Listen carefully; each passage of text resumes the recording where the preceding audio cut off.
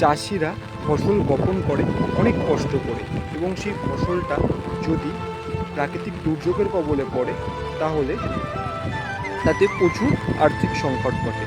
এবং এই ফসলটাই যখন আমরা বাজারে কিনতে যাই তখন আমরা গিয়ে যাচাই করি যে ফসলটার দাম এত কেন বেশি, কিন্তু এটা দেখি না এই ফসলটা তৈরি করতে গিয়ে চাষিটার কত মেহনত লেগেছে।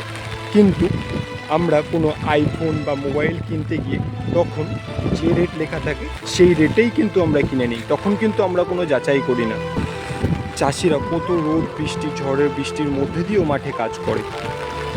দেখুন এই বৃষ্টির মধ্যে এখনও কিছু চাষি মাঠের মধ্যে কাজ করছে।